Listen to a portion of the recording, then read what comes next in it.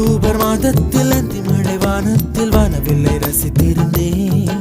அந்த நேரத்தில் யாரும் இல்லை தூரத்தில், இவள் மட்டும் வானவில்லை ரசிக்க வந்தாள். அன்று கண்கள் பார்த்து கொண்டோ உயிர் காற்றை மாற்றி கொண்டோ, அன்று கண்கள் பார்த்து கொண்டோ உயிர் காற்றை மாற்றி கொண்டோ, ரசனை என்னும் ஒரு புள்ளியில் இரு இதயம் இணைய கண்டோ, ரசனை என்னும் ஒரு புள்ளியில் இரு இதயம் இணைய கண்டோ, நானும் அவளும் இணைகையில் நிலா அன்று பால் மழை பொழிந்தது தனியே.